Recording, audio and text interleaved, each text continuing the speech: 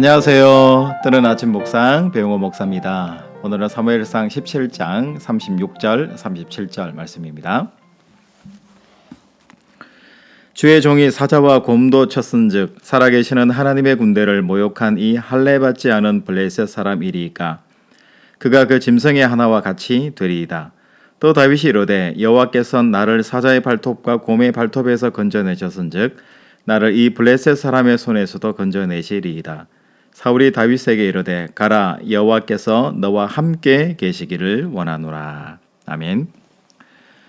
오늘은 다윗과 골리앗에 대해서 한번 묵상해 보도록 하겠습니다. 여러분 사무엘상 말씀 가운데서 가장 하이라이트에 해당되는 거죠. 여러분 잘 알고 계시는 다윗과 골리앗의 싸움이 바로 오늘 17장의 싸움입니다. 그런데 오늘은 그 싸움 이전에 분노와 두려움에 대해서 우리가 한번 말씀 안에서 묵상해 보려고 합니다. 블레셋 가드 사람 골리앗이라는 사람이 나오잖아요. 키가 6규빗 한 뼘입니다. 이게 한 규빗이 45cm 정도 되니까 대략 2m 85cm 정도 되는 엄청난 장신의 장수라는 것을 알 수가 있어요.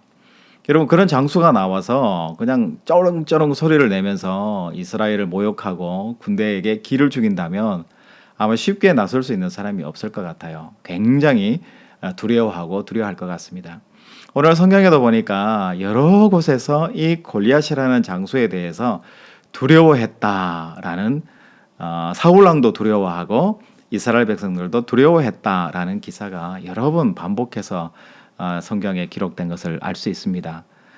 많은 사람들이 다 두려워하고 겁내하고 어떻게 해야 될지 모르고 쩔쩔매는 중에 있어요. 그런데 그 전쟁터에 형님들에게 먹을 것을 제공해 주기 위해서 온 소년 다윗은 이 상황을 두려워하는 것이 아니라 오히려 분노하고 있고 자신감 있게 그 골리앗 장군 앞에 나서려고 하는 모습을 우리가 성경에서 보게 되잖아요. 여러분 왜 이렇게 다윗은 되는 걸까요? 사울 왕도 안 되고 내노라 하는 많은 장수들도 안 되는데 이 소년 다윗만 되는 이유는 뭘까 한번 생각해 볼 수 있는 것 같아요. 심리학자들은 이렇게 이야기를 합니다. 두려움이라는 것은 나보다 상대방이 훨씬 더 힘이 강력하고 세다라는 생각을 했을 때 우리 속에 두려움이라는 것이 느껴지는 거예요. 그런데 분노가 일어나거나 자신감이 일어난다는 것은 상대방보다 내가 훨씬 더 강하다, 힘이 세다, 능력 있다라는 생각을 할 때 우리 안에서 분노가 일어나거나 자신감이 일어나게 되는 거예요. 여러분 그렇다면 이 강력한 골리앗이라는 장수 앞에 다윗은 왜 두려움이 없는 것일까요? 여러분 궁금하지 않으세요? 성경에서 한번 찾아보면 이 다윗이 하나님을 고백할 때 살아계신 하나님이라고 고백하고 있습니다. 그러니까 하나님의 군대와 하나님의 이름을 모욕하는 사람 앞에서 두려움을 느끼는 사람은 자신감이 없는 거예요. 그런데 다윗을 보면 두려움이 아니라 살아계신 하나님을 고백하니까 두려움이 아니라 분노하게 되잖아요. 아니 감히 어떻게 하나님의 군대를 모욕하고 하나님의 이름을 저주하는가. 있을 수 없는 일이다 하면서 분노하면서 사울 왕에게 말하잖아요. 내가 나가서 저와 함께 대적과 함께 싸우겠다. 자신감 있게 이야기를 하잖아요. 그러니까 이 사울이 어떤 장수보다 나가서 싸우겠다는 사람이 없으니까 다윗에게 갑옷을 입혀서 전쟁터로 내보내는 이 모습을 우리가 성경에서 확인하잖아요. 그렇다면 다윗은 어떻게 해서 실제적으로 어떤 근거를 가지고 이렇게 분노하면서 자신 있게 살아가게 되는 것일까요? 오늘 36절, 37절 말씀해 보면 주의 종이 사자와 곰도 쳤다. 이렇게 나와요. 할례받지 않은 블레셋 사람이 이리까 그가 그 짐승의 하나같이 되리이다. 이렇게 이스라엘 백성들에게 사울 왕에게 말을 해요. 사자와 곰. 여러분 다윗은 목동이잖아요. 목축을 칠 때에 가장 강력한 정이 사자하고 곰이잖아요.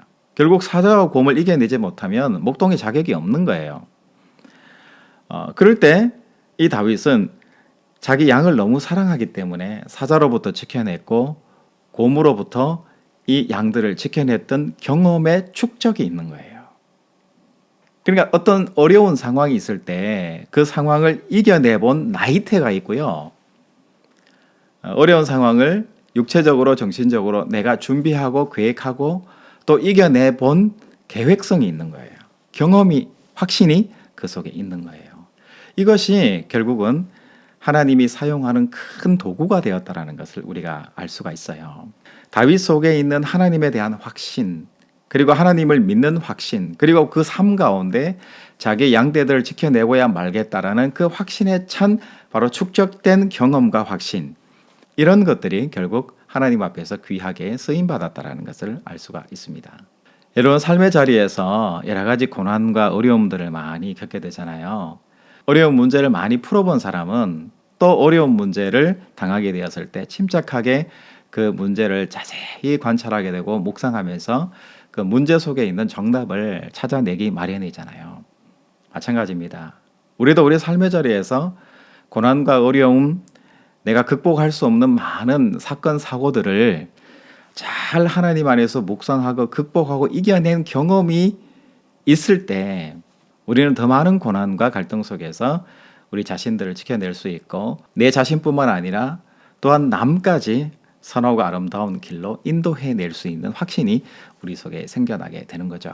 여러분, 축적된 승리 공식을 여러분 가지고 살아가시는 신앙인들이 될 수 있기를 축복합니다. 여러분, 고난과 어려움 당했을 때요, 잘 드셔야 돼요. 그리고 체력을 기르셔야 돼요.